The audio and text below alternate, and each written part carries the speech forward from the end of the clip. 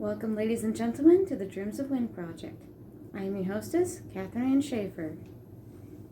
And today we'll be going over an excerpt from the first book of my Toy Soldier trilogy, Hikaru's Flight.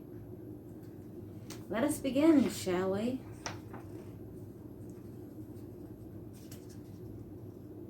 So, you came, Sakurano-san. Haruka greeted her politely. And these are your parents, I take it? Hi, Hikaru answered. Mr. and Mrs. Sakurano, I'm Hitomi Haruka. I'm a high-ranking officer working for the Toyopolis military forces. Which rank? Mr. Sakurano asked suspiciously. Lieutenant, Haruka answered. Where are your military badges, then? Haruka took off her hat and showed him the inside of the hat where, indeed, colorful rectangular badges were stitched to the inside of the hat. Okay, so maybe you're a real lieutenant. I still don't like this, Mr. Sakurano huffed. You would prefer to force your daughter through marriage and sex, huh? Haruka asked. How did you know that? I was born in the neighboring town, Izumizawa. We follow just about the same structure as Akanezawa, but we aren't quite as strict. That's how I was allowed to leave and find my own place.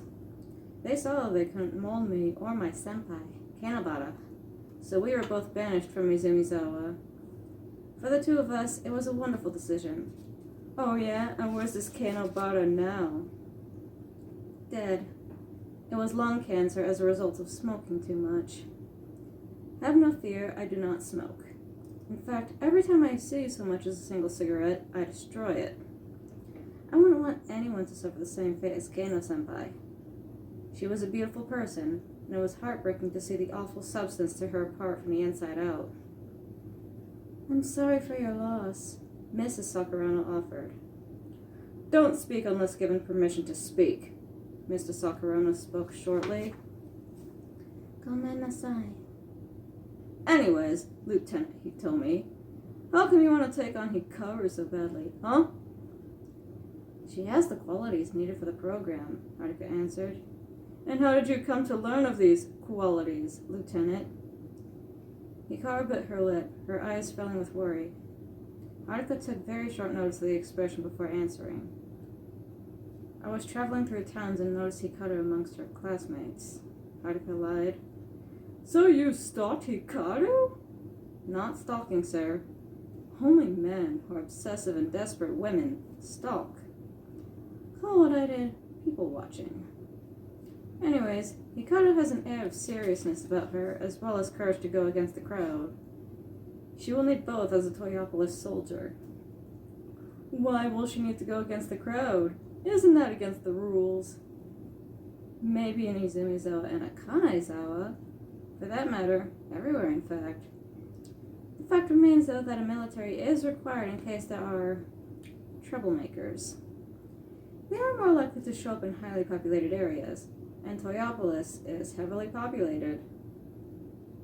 So Hikaru is going to go to a town that's not even her own, and she's going to risk her life for people she doesn't even know. I will come to know both in due time, Hikaru spoke up. Don't speak unless given permission to do so, Mr. Sakurano snapped. I don't want you to oppress me any longer, Dad. Don't you realize you're hurting me? I used to say that I'm not allowed to grow as a person and just fit into a mold of no changes.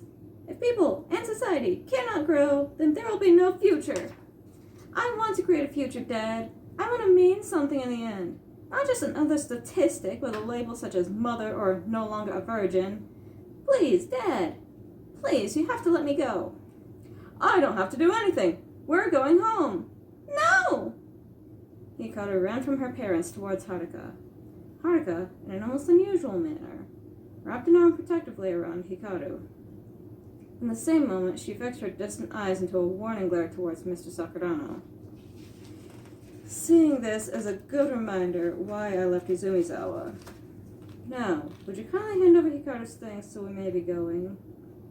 Our train leaves in 10 minutes, and we'll be leaving for Toyopolis. Haruka's voice was quiet yet very threatening as the arm around Hikaru tightened slightly. Such inspiration, Mrs. Sakurano noted, her hands on Hikaru's papers and suitcase. Out of nowhere, Mrs. Sakurano kicked the suitcase and papers to Hikaru's feet. Go! Mrs. Sakurano's voice was strong. I'll give your regards to Aino-chan. Go while you still can. I love you, Hikaru. Don't forget that, ever. Arigato gozaimasu, Mom. Hikaru's eyes lit up. Wait, hold up! Mr. Sakurano was flustered. An almost mischievous smile came onto Haruka's face. Come, Sakurano-san. The train waits for us.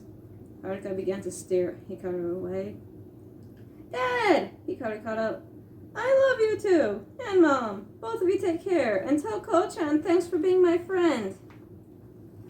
Ignoring the shots of her father and feeling touched by her mother's bravery to stand up to her husband and against the Kanazawa for the sake of her own daughter, Hikaru allowed Haruka to walk her inside. Once inside, Haruka bought them 2 tickets, and the two boarded what looked like an old-fashioned train. They took window seats to sit across from each other. Hikaru looked out the window as the train station and Kanazawa faded into the distance and down the horizon of the past.